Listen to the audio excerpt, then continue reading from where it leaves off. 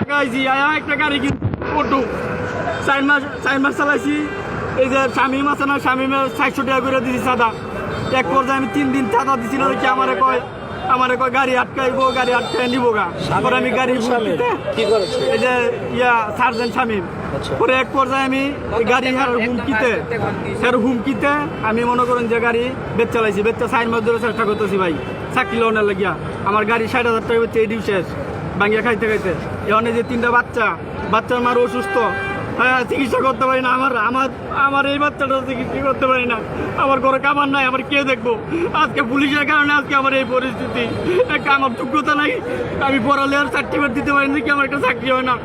আমার এই হাতটা ভাঙ্গা, আমি লেবারি কাজও করতে পারি না। তাহলে আমি কি করবো? আমি আমি থাকি গড়গড়িয়া মাস্টার বাড়ি। গাড়ি তো বেচে ফেলাইছি, টাকাও খরচ করে ফেলাইছি।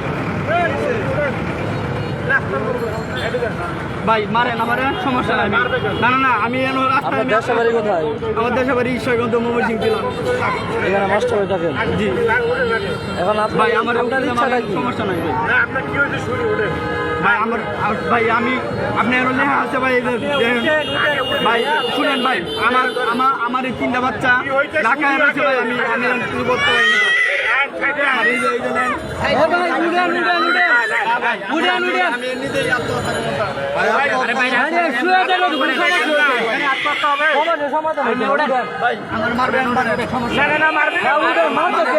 বাচ্চা ভয় পাইব সমস্যা দেখবো কি করতে আপনার কি সমস্যা?